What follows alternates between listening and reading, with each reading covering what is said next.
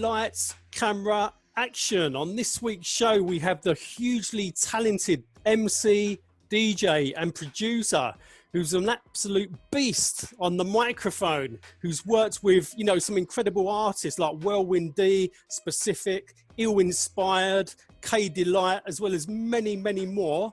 We have from London all the way over to Norwich. We've got the one and the only Chrome. Boop, boop, boop, boop, boop. Yes, my man. How you doing? Cheers. Yeah. And this is absolute honour for you to step forward and do this interview. Yeah, man. It's been a long time coming, Steve. I remember talking to you about this before you started doing them, really. You know, years back. And it's great to finally get the opportunity to come and have the chat, you know. 100%. And we was meant to do this in my cab when you was playing in Brixton, but obviously, you know, one thing or another, it didn't happen. So yeah, you know, it's brilliant to have you on board, and I can't wait to, you know, talk about your early history, and and also hopefully at the end of this interview you're going to be able to do like a couple of live tracks or like a little freestyle, because you absolutely, yeah, I can do that. That'd be amazing, because you spit flames. I've heard you, and you literally spit flames. Oh, that's respect, man. Nice one. I try my best, you know. No, you do. You're an absolute beast. And as I say, we're going to take it back to the root, back to where it all started. So I'm really excited to be talking to you. Okay. So the first two questions I always ask, as you know, is whereabouts are you from, and what was it like growing up as a youngster? Okay, originally I'm from the Midlands, Staffordshire, small town called Stone. But I moved to Norwich when I was 10, so 85, 86 time I was living in Norwich. Obviously I got into breaking and stuff when I lived in the Midlands, you know, as everyone of our age, kind of, you know, 83, Malcolm McLaren, Buffalo Girls, Rocket, all that sort of stuff. So I was kind of breaking and doing all the, you know, buying the electros and things like that. But when I moved to Norwich, that's about, you know, 85 is when I really started to kind of get into writing rhymes, and at the age of 10 starting to write rhymes anyway, and meeting people that were kind of, you know, on a similar wavelength. And because I moved from a town to a city, and so moving to a city, everything was just that much bigger, and the people in Norwich were just kind of like really up on their hip hop a lot more than what I had at the town where I was living, you know. So yeah. So you're saying, you know, you was listening to Buffalo Girls. I mean, obviously you must have been really young. I mean, how old was you? Yeah. Like about seven or 8 or something? Yeah, 7, 8 years old. And sorry, go on. Is that kind of what, you know, the spark that lit the flame was the Buffalo Girls, like the video? And yeah, hugely. I clearly remember the night of me and my brother sitting in our living room religiously, like Top of the Pops Thursday night, 7 or 7:30 was it, and that video coming on, and I remember like just being completely like fixed. You were zoned into it. Yeah, and I remember at the end, like both me and my brother just looked at each other and were like, what was that? That was nuts. And then I remember him getting up and actually trying to kind of like do some like body popping or whatever, and it was like, you know, we were just absolutely hooked. And the next day going to school, it was just like the talk of the playground. Everyone just like, what was that on, you know, on Top of the Pops last night? It was, yeah. I mean, I've heard other people say about it. It's the usual thing, isn't it? You know, everyone kind of, the kind of wave happened after that video came out, you know? Yeah, big time, you know, because Buffalo Girls had such a huge impact, you know, and it was kind of gelling all the elements of hip hop together. And it's probably like one of the first times, you know, people were seeing breaking. Yeah, right, and graph right in the lot. Do you know what I mean? It was all there, wasn't it? So actual video to it was like next level. Yeah. Well, it was opening up, you know, all of the people that didn't know nothing about what was going on in New York. It was just like a visual understanding of like, that's what it is. Like, check out, you know, scratching. That was the thing that got me, was the movement on the decks. I remember that and just thinking, what are they doing? What are they doing with that, you know? Yeah, they're making this kind of chiseling sound on this plastic. How are they making that sound? You know, it was then understanding that, because my brother's 4 years older than me, right? So he was already at high school, and he started to bring home like electros. You know, he had like I remember him bringing home Electro 1. Yeah. And I was just gobsmacked with that. That was it. As soon as I heard that, it was like, okay, well, this is it then. Well, that's right. So, yeah, and Electro 1 come out in 1983 as well. And it was an incredible album. You had like Captain Rock on there, and it was a brilliant, and to have all those great electro tracks on the one album was brilliant, because, you know, you didn't have to go out and buy like the imports, which were quite expensive. Yeah, that was it. I mean, I had no idea what imports were, or, you know, because I lived in a small town. We only had one record shop, which was a newsagent's. If you remember Martin's, I think they were like a, you know, like a chain. Yeah, chain nationwide, and we had one of them. They had like a little sort of section at the back where they'd sell records, but of course it was just chart stuff. Do you know what I mean? So I didn't know anything about any imports until at Christmas time, after about a year of sort of my brother bringing home tapes and stuff from mates at school. We did a Christmas shop visit to Stoke, you know, with my mum and stuff. And I remember finding a record shop there, and I was just blown away, because all of a sudden they had a hip hop section. Do you know what I mean? Like, with all of it, I remember we bought like, this was a bit further on, so we had Electro 10, and I bought Grandmaster Flash and the Furious 5 Greatest Messages album. So this would have been 84, I think. It probably was, because the reason I say that as well is because, you know, in the record shops in like 82 and also probably around 83, there wasn't a hip hop section. It was like a rap section or a electro section. Mm-hmm. Well, like I say, I mean, I was so young, I didn't have any idea about going to these record shops, so I didn't have the luxury of seeing these places where you could go and actually flick through copies of the 12 inches and stuff. I'd never experienced it. You must have been like a little kid in a sweet shop, like, you know, like going through the tunes. Yeah, going, I can't believe I'm seeing this in front of my eyes. You know, yeah, it was nuts.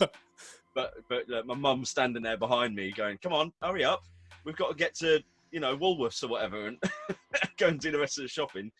And there's me just going, okay, well, I'll have that. You know, it was a proper eye opener. But then when we moved from the Midlands to Norwich, we immediately, within a couple of weeks, found this record shop called Bax Records. And that, it was kind of like Norwich's answer to Groove. Do you know what I mean? It was like, you'd walk down the alleyway of where the shop was, and already you could hear they'd be banging like beats out really loud through the speaker and stuff. So it was always hip hop. So Saturday you'd go in, all the b-boys would be hanging outside, and people doing graph in the books and stuff like that. That was my first proper experience of like, okay, so this is a cool record shop. This is like, and I live here now, so, you know, this would be my weekly place. And yeah. And was you like dabbling in a bit of body popping, breaking, and like graph as well? Yeah, you know, I did my thing. You know, I did some of the like the wave. Yeah. No, I was never really a popper. My brother was really good at popping. Like he could do all the lock in and stuff, and, you know. But I was more kind of like footwork and, you know, bit of top rock. You was more like the b-boy style. Yeah. I could do it. I get about 3 rotations of a windmill and then collapse. Yeah. But yeah, you know, I was never really that good at breaking, which is why I suppose I really kind of gravitated more towards the music and towards the MCing. Yeah, well, the MCing, after hearing Run DMC Sucker MCs, that was it. It completely cemented it. I was like, wow, that's amazing. And I remember trying to write my first raps after hearing it. But also like the DJing side of it, of you know, literally by this point I was buying records and going on my mum's record player and sort of trying to scratch or whatever without her seeing, of course. And eventually I think later that Christmas I got a record player. So me and my brother had a record player which we kind of used to share, and it had like a turn volume knob, so we were learning to, you know, yeah. So instead of running it through the mixer. Yeah, exactly. Yeah, we didn't have any of that. Do you know what I mean? So I remember having my first setup of 2 decks we moved to Norwich. It was about 1986, and I just had 2 different turntables with their own individual volume switches. But one of them was a slider fader volume. So, as you know, basically it was like my first introduction to actually having a mixer, but it was just a slider on the front of the deck. So you'd go forward and then, you know, slide that way. So it's like a little crossfader. Yeah, exactly. Like a little bit, only went one way, of course. But the thing about that was I got so used to using it when I actually come to have my first experience on a proper set of decks with a mixer. My immediate response on the fader was to go the opposite way to what it was actually set up. So what they now call hamster, I don't know if you know much about mixers and stuff and how they work, but they have like a hamster switch, right? So you can reverse it. So normally the fader goes from left to right. Well, I was used to going right to left. To left, yeah. So, and that's how I did it immediately on the mixer. So, you know, it was, and that's the way I still cut to this day. That's my style, is hamster style, yeah. All because of that one turntable. And, you know, as a kind of like a DJ dabbling in a bit of cutting and scratching on the Wheels of Steel, who was kind of influencing you as a DJ back then? Well, I always remember, you know, I said about getting the Grandmaster Flash and the Furious 5 album, and it had Adventures on the Wheels of Steel. So, of course, I was massively into that tune of Grandmaster Flash. But really, that was a game changer, that was. Grandmaster Flash and the Wheels of Steel was amazing, you know. It's just such a great mix, you know, it's so well done. But when it comes to like the real sort of like starting to get to that amazing scratching where, how are you doing that? It was Jazzy Jeff. It was, you know, hearing the Rock the House album and hearing, you know, the magnificent Jazzy Jeff track, how he's doing the chirps and the transforming, it was just like, oh my word, this is just next level. So like listening to that track and then going onto my crappy turntable and trying to replicate it. And try and mimic it, yeah. Yeah, and just trying to work it out, breaking it down and thinking, how are you doing that? You know, it was just, I remember having 7-inch of Rock the Bells, LL Cool J, and the stab on it. You know, LL Cool J is hard as hell. And so if I play that 7-inch now, it just goes. Well, you've worn it down so much. Totally worn down. Yeah, but I was constantly using that stab, you know, trying to get the transformer. And yeah, Jazzy Jeff was the man. Absolutely, just blew me away, you know. Actually, so talking about Rock the Bells, I'm sure it was when I interviewed DJ Cash Money. He told me that, you know, he wore that tune down so much by cutting that up. Yeah, like the. Yeah. Yeah, that's a classic routine, isn't it? He nailed that. Oh, big time, yeah. Yeah, and I think, you know, I definitely tried to copy him doing it after hearing it. As I'm sure millions of DJs worldwide did exactly the same. You know, it was again, Cash Money was an absolute game changer as well. It's just that I suppose Jazzy was just that little bit earlier. You know, he was a bit more popular. Obviously, with Girls Ain't Nothing But Trouble being in the charts. So to us in the UK, we hadn't really heard of Cash until a bit later when he was doing Ugly People Be Quiet, I suppose. Of course, he did the Scratching to the Funk, but I didn't even know that was Cash Money until years later. Do you know what I mean? So. Yeah, no, both absolute legends. Yeah, massively, yeah. And what was I going to say to you? You know, who else was kind of inspiring you, say, like on the production side of things? Would it be, you know, some of the early producers? I mean, I was a sucker for Marley beats. From, you know, after hearing like Marley Marl scratch, and then hearing the Roxanne and the, you know, the Shante tracks and Biz and you know, the later Shan tunes. I don't think anything was touching what Marley was doing back then. Yeah, Marley Marl's incredible. Oh man, it's just so raw. It's just, you know, that kind of crunchy sound that he was getting was just unbelievable, and it was so hardcore. You know, no one was really touching it until, I suppose. I mean, yeah, like Paul C, I think probably was a better all-round like engineer / producer than Marley was, but Marley just made bigger tracks, didn't he? So it was between those two, between Paul C and Marley, I suppose. And how about, you know, on the electro side of things, you know, you had like legends like Arthur Baker. You know, Arthur Baker was producing some incredible beats. Yeah, of course. All that Bambaataa stuff, you know, Planet Rock is an amazing piece of music, slightly tarred now, of course, but it's still, the music stands up. looking for the perfect beat is just unbelievably good. You know, Yeah, that was you know, so some of those early electro records like Planet Patrol, you know, Rock at Your Own Risk, and you know, yeah. Al Hashim the Soul, and all those early electro tunes, the Smurf, Tyrone Brunson. I mean, they were mind blowing as well.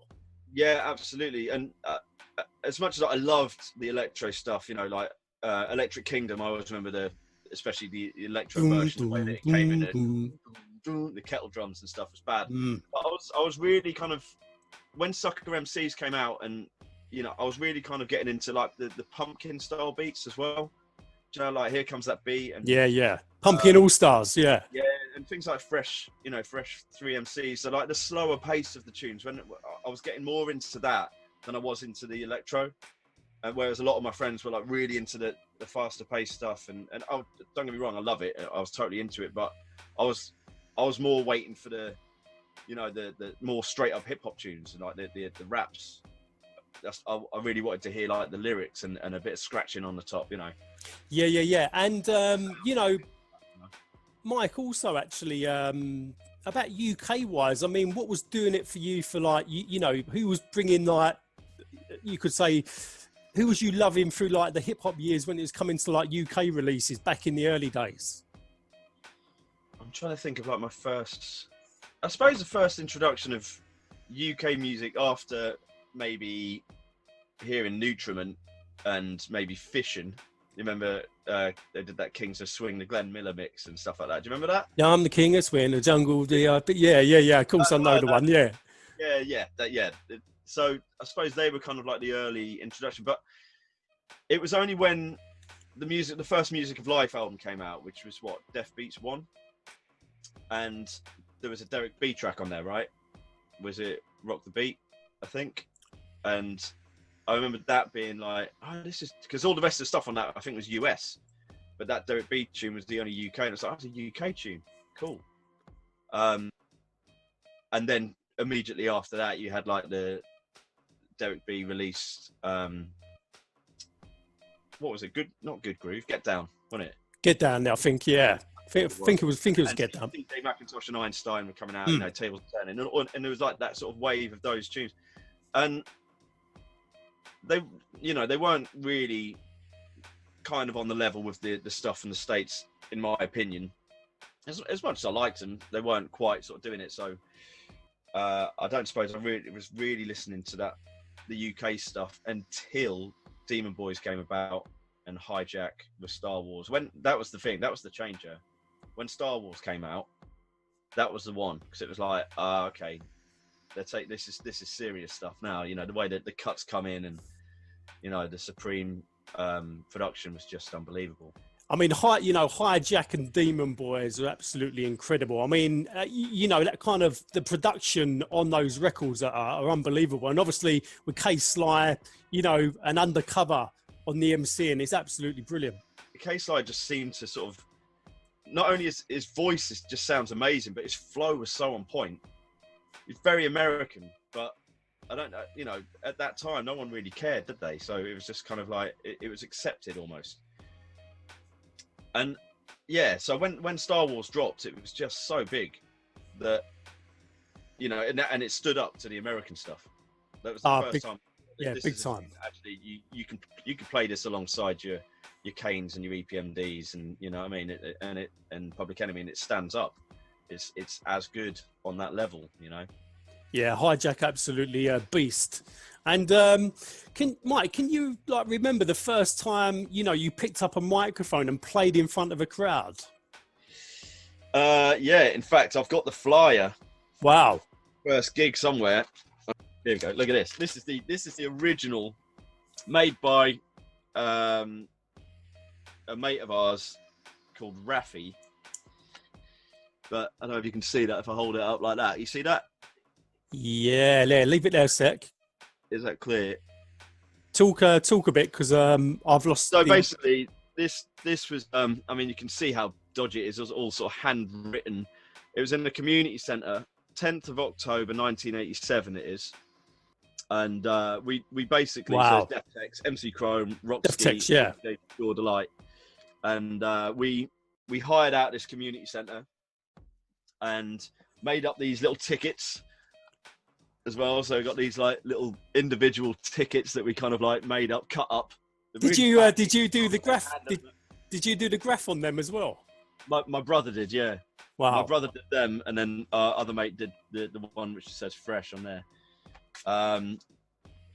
Yeah, so we hired this community centre out, got our mums together to do like the back door on beer crates and serve out the tip tops, with the little pop your straw in, sort of 10p a drink or whatever.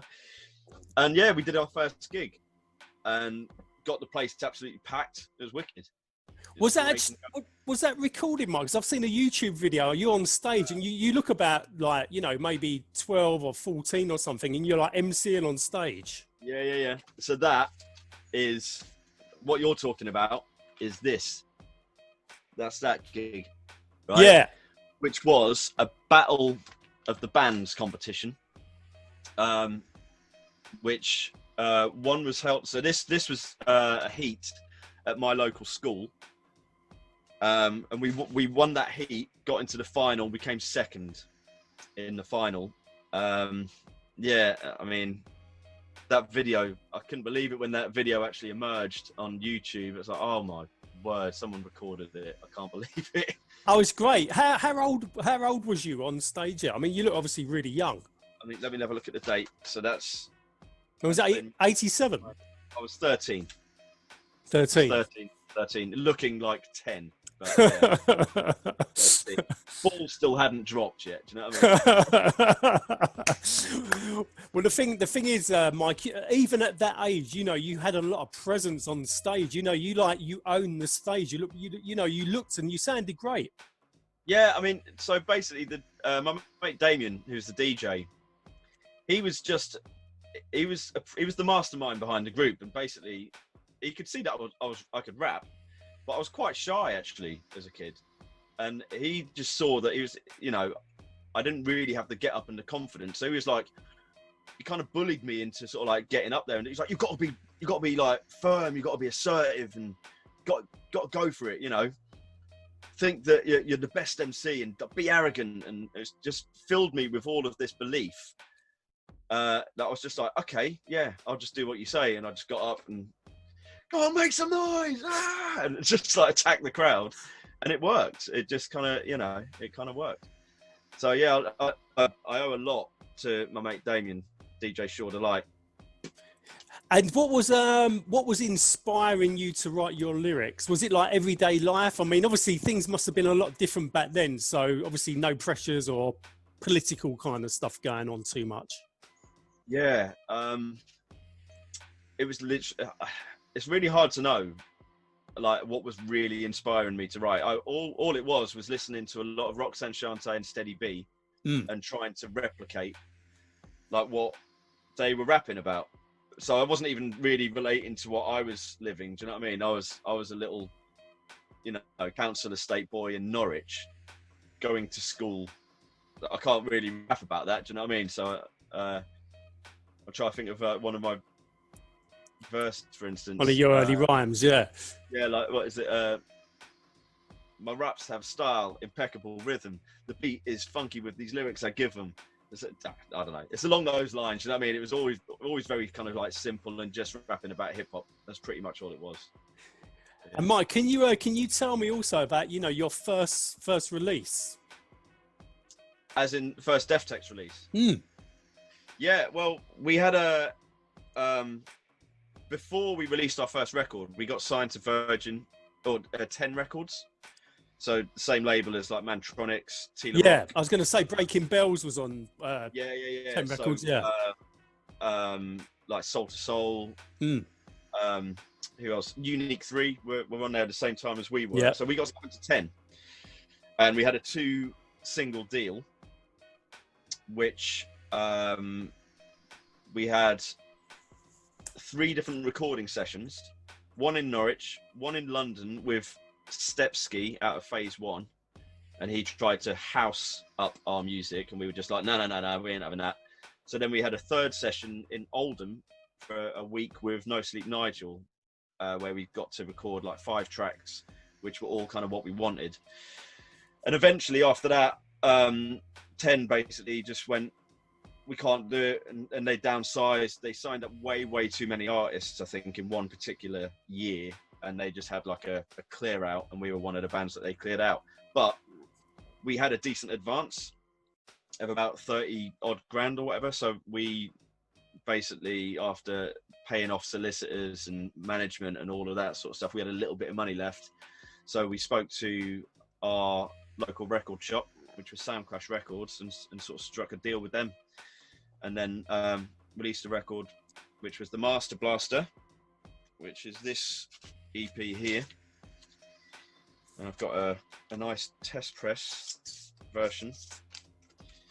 So Deftex Master Blaster EP, and there was 500 of these pressed, which 3 of the tracks on the EP came from that session with No Sleep Nigel, but I had to re-wrap them because the version I'd done with Nigel, my balls still hadn't dropped. So you sounded high pitched. So high pitched. Whereas by the time, so this came out, it says 92, but it's actually 91. I don't know why it's got 92. My mate did a lecture set on it. But yeah, I re-recorded my raps. So we used the instrumentals from what No Sleep Nigel had done, re-recorded my raps, and then we added a new tune as well with a new group member, which his name was The Anthropologist. And was you getting involved with like the production side of things as well? No, not really. My brother, who 4 years older than me, his name's Arky, Rockski at the time. He had early days, around about 87, got himself a Casio RZ1 drum machine with like a real limited sampler time of about 4 seconds on it, where you used to have to speed the record up really quick. Yeah. And then, like, press it on so you get the drum beat, and then slow it down on the drums so you get that real crunch. So he kind of learned, how to control this sampler and how to use it, and how to learn about sequencing and stuff. When we had the Virgin deal, he got loads of equipment. So we got an Akai S1000, and he had Atari ST, using C-Lab and Cubase, one or the other. So I was watching him, but I didn't really know the proper process of how to produce. I was just kind of like always watching and seeing how he's doing it and taking little bits in.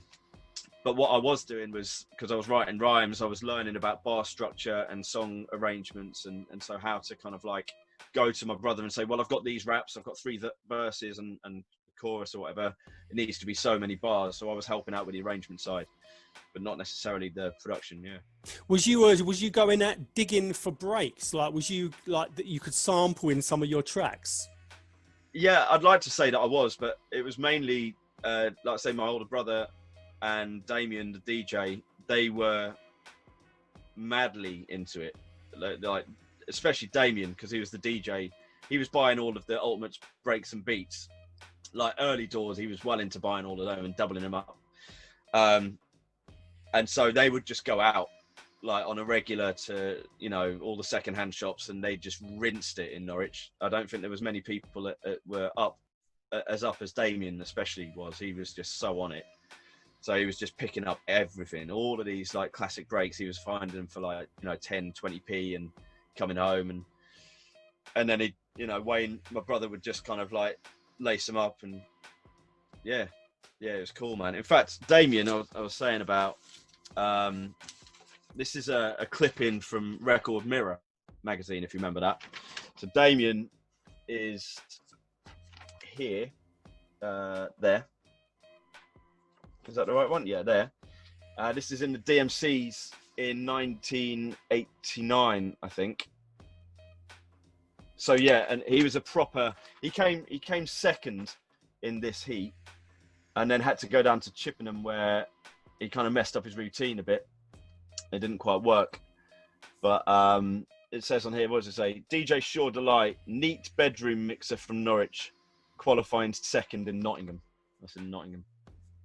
So he was like a proper beast on the decks. Oh, he was killer. Yeah. He was, He lived and breathed, you know, being a proper kind of, you know, scratch DJ and mad, neat and precise with his mixing. You know how like back in the 80s and stuff, it was more about the mixing than it doubling up and stuff. So he was also about the tricks as well. In the 80s, there's a lot about the tricks, like spinning around with the crossfader on your back and so there was a bit of that, and he was very good. But what he was really good at was just nailing mixes, like so precise, and his cutting was so clean. To this day, I still cite him as one of my favorite DJs, like because he's quite eclectic with his style. So he mixes all sort of different types of music, but he's just so neat. It's just precise.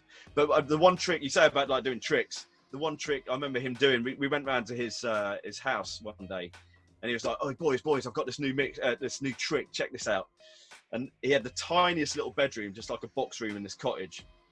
And where he had his decks, we had his bed, and then right at the end of the bed, there was just like a table, it just squeezed in. So he couldn't stand in front of the table. He'd have to sort of put one knee on the bed whilst he was kind of like on the what brilliant. He always did his mixing with his two decks and a mixer to the side. So it wasn't mixer in the middle, it was mixer to the side. And he did this doubling up, and he was just doing his usual thing, and then all of a sudden he put his foot on the crossfader and started, so one leg, foot on the crossfader, and then moving, going good times, good times, good times, good times, good, good, good, good, good, good, good.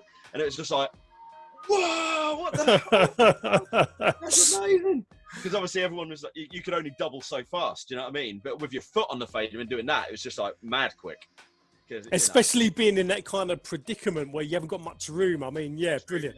Yeah. So he did that, and I think so. He did that in Nottingham, if I remember rightly, and that was it. That's what like got him. He should have won, I think. I wasn't at the Nottingham. I went to the Chippenham one, where he kind of messed up his set a bit. But the Nottingham one, from what I understand, he should have really come first. But yeah, I mean, an absolute huge amount of pressure. I mean, a good friend of mine, he won the Southeast Regional Finals. Okay. DJ Edge. He was up against DJ Prime Cuts and a few others down at the Slammer in Gravesend, and he won that heat.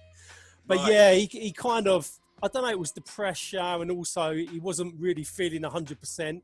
And you know, he didn't get through to the next phase of it. But you know, the pressure must have been unbelievable. Yeah. I mean, I can't imagine. I actually went into DMC myself for many years. Yeah. I entered into a heat in Derby in 2000, 2001, 2002, something like that. And I royally messed it up. I probably came last, do you know what I mean? But because there was so much pressure, especially when, like, you know, I've been watching DMC since '86. Do you know what I mean? Like, since Cheese and watching all the videos.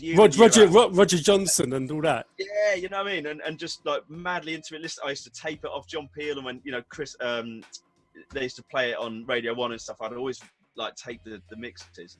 I was madly into it. And then, so I used to go and watch DMCs a lot later, and you know, you'd see Swifty and Pogo and all. Amazing, yeah. The judges bench eventually, who, you know, the people that were the contestants eventually becoming the judges bench, and then actually going up on these decks, and I'm about to do my set, and I can just see, like, there's Billy Business, there's Swifty, there's Pogo, and I'm like, oh shit. they was going to destroy those decks. Yeah, you know what I mean? And I think I had Pogo go bumper clut just as I was about to start my set. I was like, that's it. You ain't going nowhere. But the thing is, like, you know, with Cutmaster, Swift and Pogo and all them, they make it look so easy and so natural, and they look so relaxed. It's the confidence, man. You've got to have it. I mean, I'm all right for rapping. I'll go up there and I'll just kind of, like, you know, I'm in my comfort zone there, but doing a DJ set is another world.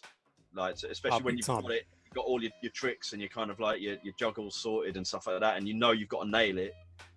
Oh yeah. And if a record jumps when you're in mid flow, in mid set, it's like, you know, I mean, how do you handle that? Nowadays, with obviously the way that everyone uses Serato and stuff, that's easy. But back then, when it was just using vinyl, if your needle skips, you're done. You got to know how to handle that. Yeah, and just be quick enough to, like, okay, I know my bit, and I'm all right with that sort of stuff. But when the pressure's on, God, you yeah, fall, hard work, man. fall, So fall, full fall to respect, bits. mass respect to anyone, any DJs that are doing those the battle circuit and the battle routines. It's like hats off, man. That's a hard game. Yeah, big time. And can you tell me about, some of the other recording artists, you've worked with over the years? Yeah. So with Deftex, we worked with Ty, which, rest in peace, Ty. That was crazy news. Yeah, R.I.P. to Ty. Yeah. But we so we did a track with Ty and Hunk Finn Yeah. on the Deftex on the Serene Bug album. That was probably a highlight for me of having, especially, I mean, Hunk Finn as well, Catch 22. We grew up listening to that stuff, and having Ty was so amazing around that time when we got him on the track. He was just coming in to release his first album with Big Dada.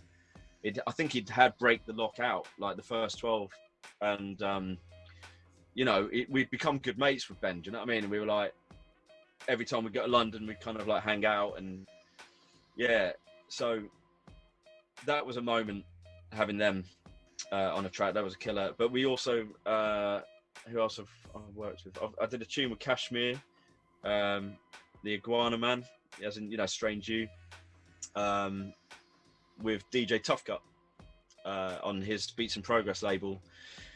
That's one of my favourite collaborations to this date as well. I think that tune turned out really well. It's a tune called French Guitar Lessons, and it's hard. But I've done loads of collaborations with people, which I really enjoyed doing. I mean, anytime anyone comes up to me and asks, like, you're up for doing a tune, obviously if the feeling is right, then it's like, yeah, cool, let's do this. From like, people like Ice Ski or with K Delight, it's worked really well quite a few times. I've done like 4 tracks with him now, I think. Yeah, it's all good, man. Yeah, no, you've worked with some great artists.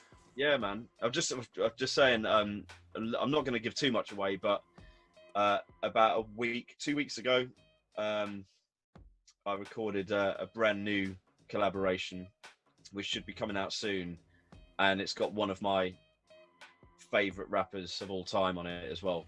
I'm just going to leave it at that for now. But if anyone knows me and knows who I'm into, you UK or American? US. Right.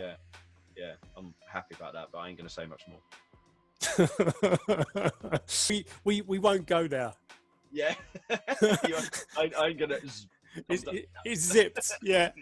Well, we'll find that in a couple of weeks. Yeah, and also touching one thing I love to talk about as well is the fashion. So can you tell me about the garms that you used to rock back in the day? Was you busting the Kangols and like the MCM caps and all that? I tried, but it looks stupid on me, man. Do you know what I mean? I can't I can't do it too well.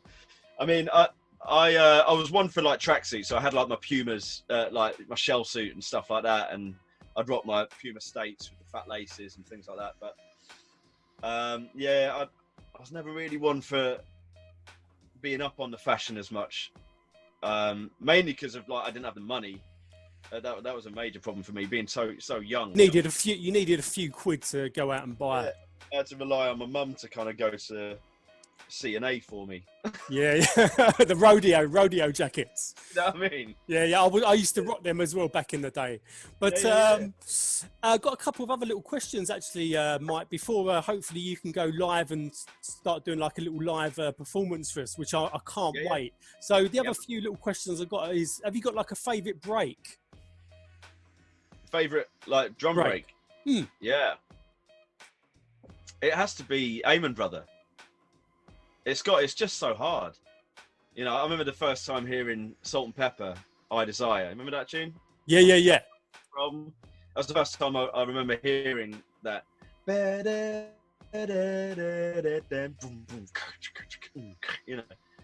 And just like obsessed with that tune. I was obsessed with it. And then eventually, Damien getting an Ultimate Breaks and Beats album, and it's got the Winston's Amen Brother break on it. But obviously, when it comes to the break, they switch the tempo, don't they? So it goes from down to 33. And yeah, that's just they're the hardest drums, aren't they? That's Like, an you know, incredible drum break. Yeah, without a doubt. yeah, so good. It's either that or Funky Drummer, I suppose. Mm. Yeah. And have you got like a? Can you give me like a selection of tracks? It doesn't have to be hip hop that are kind of they blew you away. You was like, wow, these are like on next level. They're on repeat. Okay, yeah. I mean, there's a lot. I'm massively into my music, you know, and as much as I grew up with hip hop, and I still always play hip hop. I love my hip hop and so on. I listen to a lot of soul music. I listen to a lot of reggae music. I listen to a lot of like world music. I listen to folk. I listen to psychedelic, and there's all sorts of stuff that I'm into. Do you know what I mean? But tracks that have blown me away. First time I heard Organised Confusion releasing Hypnotical Gases, that was a big one for me. And Bring It On from the second Organised album as well. That both those tunes were immediate, like, whoa, that was just insane. Like lyrically, how have you done that? The first time I heard Stevie Wonder Inner Visions album, Too High, that track Too High blew me away. And Golden Lady off that album, if you know that album, that tune is beautiful, amazing piece of music. I'm trying to think just another example. One of my all-time favorite reggae tunes, Fisherman by the Congos. Yeah, I can't get enough of that album and that tune especially. Yeah. Well, it's a tough question anyway, Mark, because there's so many. But you know, I like to ask you with like a little kind of, you know, little dabble on, you know, some of your favourites. Yeah. It's tricky because it's just, especially, I mean, because I've been collecting records since I was a little boy as well. Do you know what I mean? So my collection's like massive, and yeah, it's hard. I remember I did you know, Diggers with Gratitude, DWG site. I remember they did like a top. Was it a top 100 LPs of all time, hip hop LPs? Or it was something like that, yeah. It's pretty crazy, but I remember like thinking, how do I do that? But I did it, and or top 10 at least, or whatever. But I remember sort of thinking, what is my favorite hip hop album of all time? And it's just impossible to nail it down. But I put Critical Beat down because it had such an impact on me, you know. I mean, Ultramagnetic MCs are mind blowing. Yeah, I mean, amazing. Yeah. The Paul C production in it, and you know, Cool Keith, of course, is just like his voice is it's amazing. It grabs you straight away. I mean, I'd put that in definitely in my top 10, and my top 10 wouldn't be like, you know, 10, 9, 8, 7, 6 to 1. It would just be like a top 10, and they'd all be in number 1. Yeah, that's it. Because I mean, how can I say Critical Beatdown is better than It Takes a Nation, or better than Low End Theory, or better, do you know what I mean, or better than Nas, or, you know, Illmatic? But they're all up there. They're all up there. That's it. Yeah, it's so hard to pick one. Breaking Atoms is another one. You know, they're just so good. So I don't need to pick a favorite. Do you know what I mean? They're just all there, and yeah. And can you give me just give us a few of, like, you know, your big highlights so far, Mike? I'm sure there's going to be a lot more to come, but you know, the career so far or whatever. But yeah, why not? I mean, no, to be honest, you know, any big highlight doesn't have to be career based. I mean, my daughter's being born is the best thing that's ever happened to me. You know, having my two beautiful girls coming into the world and just being like, check them out. It's not going to get any better than that. It can't get better than that for me. Yeah, that's awesome. But also supporting Public Enemy, which I've done twice now. But the first time we did that and getting to meet Chuck and like Hank Shockley and stuff, and they were proper humble and like really nice people. That was an amazing. And of course, like later in the night, hearing Chuck D sort of like, you know, pick you up on stage and like, you know, make some noise for Deftex and make some, you know, and then we did it as Chrominal Inspired as well, and make some noise for Chrominal Inspired. It was just like, you know, yeah, kind of a moment. Even though I think, was it Chrominal Inspired one where I was actually in the toilets, I think, when he gave the shout out. I came out and Bill was like, he just gave us a big up. I was like, what? You missed it, yeah. Yeah, but I heard it the first time when we did it as Deftex, at least. So yeah. Yeah, and big shout out to Chuck D as well. The guy, you know, Chuck D is a big inspiration. The guy's a legend. Huge inspiration on me. Yeah, absolutely. I think I own most of the Public Enemy catalogue. Do you know what I mean? It's just awesome music. Well, listen, Chrome, what can I say? It's been an absolute amazing interview. Anyone watching this, don't go away just yet, because hopefully Chrome's going to do, you know, a little session live for us.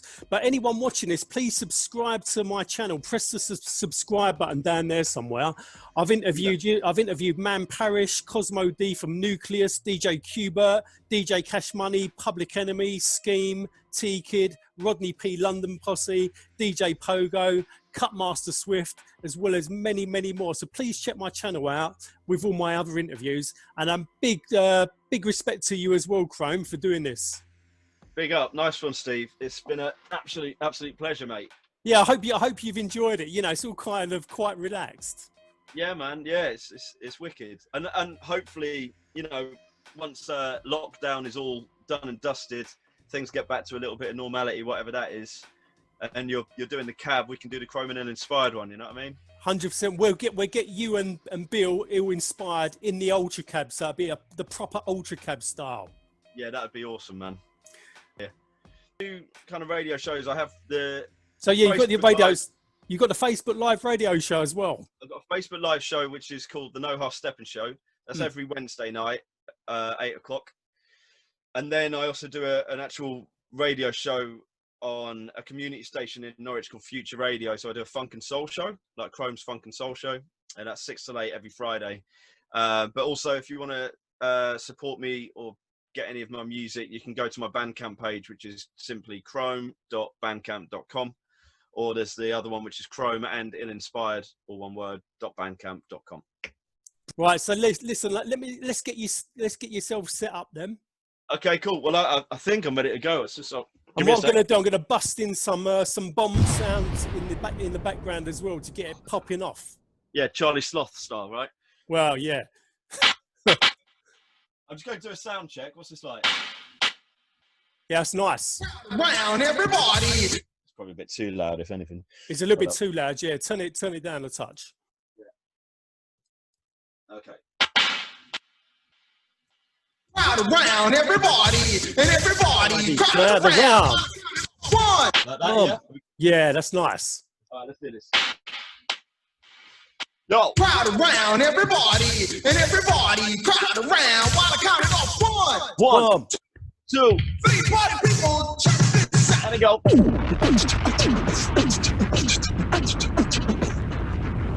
And I be taking the parties apart, making the artists apart. Start from the start, this is an art from the heart. End at the end, I burn to the end. Best not to pretend, you're dealing with the creme de la creme. When did I render the game with a blend of my own? About 20 years ago when I adopted the name Chrome, known to pick up the microphone and zone out. Simpleton style pattern just get blown out. Ever better hard rockin' rhymes with a little bit more of my design. Sticking it all together and taking a break to the beat and I make it mine. Better rhyme than only most of you can dream about. Got no composure, only scream and shout. Rhyming style police in here. My advice, give up the mic device and catch another career. Wanna be clear, get out of here. When am I sending the enemy near? Enemies telling me that I'm a wanna be watching, I better beware. Yeah. So let me show you the flow.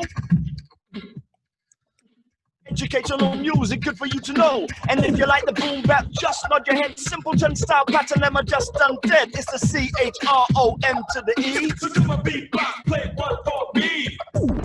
Here's the real life energy. I spit for the friends of me and for those who forgot how hip hop was meant to be. They need to learn the recipe. They're fucking up the flavor, giving hip hop suicidal tendencies. Best to be on your guard, need to have them eyes in the back of your head. The occasion is the invasion of the microphone agents. Crack your code, tap your phone, smack your dome. Leave your lost for ages, snatch your wages. Don't you dare step on the stage, it's dangerous. Some places might be ill rhymes, still contagious. I know you're feeling my flow, it's appealing to the earring. Unique and original, steering away from the whack rappers I'll be hearing. Never ever catch me imitate. Still waiting for the great new MC I can really appreciate. Stack up these rhymes, rack up, store for times, hack up the whacker rapper. I was sent just to get your back up. So let me show. Educational music, good for you to know. If you like the boom bap, just nod your head. Simpleton style pattern, am I just undead? It's the CHROM to the E. So come on, beatbox, play one for me.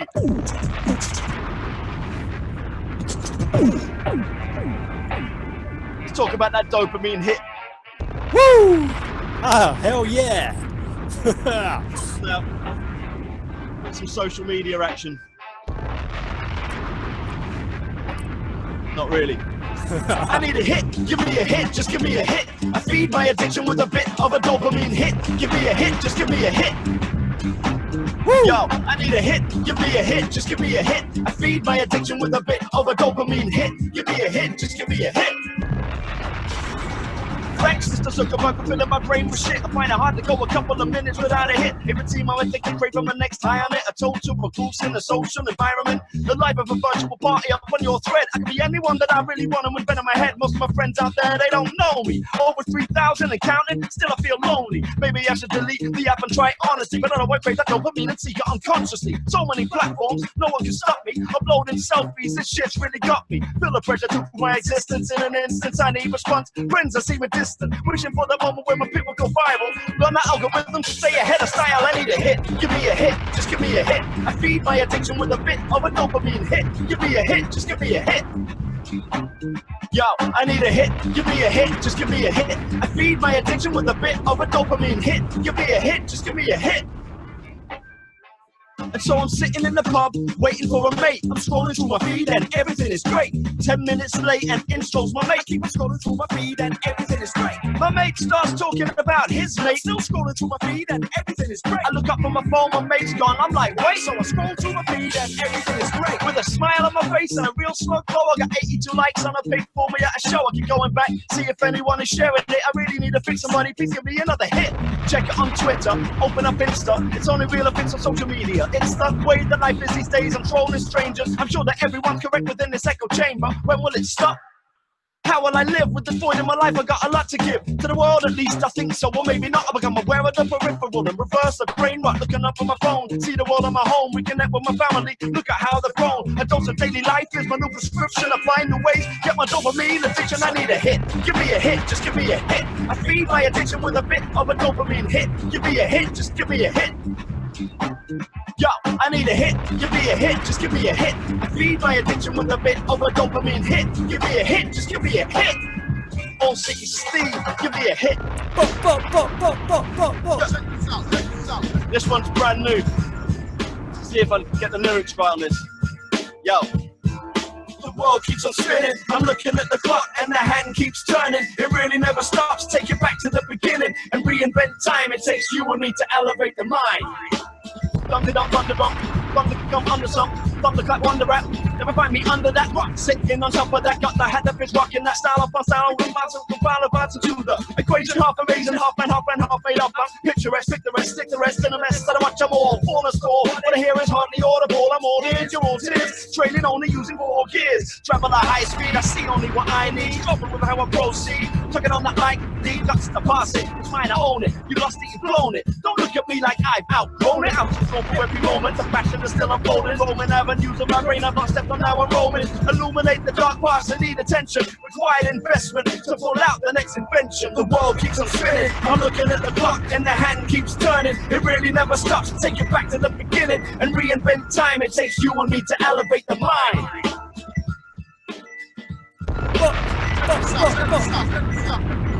Hell yeah! There we go. Wicked. Nice one, man. Just big up Ill Inspired, big up Deftex crew, big up all the new Chrome Plus band, my DJ Super JB, big up the Force 10 crew, all the Norwich Hiphop crew, big up AllCitySteve, big up everyone tuning in, and big up Beeline Recordings, Naked Ape, all the family. Wicked. Peace. Peace.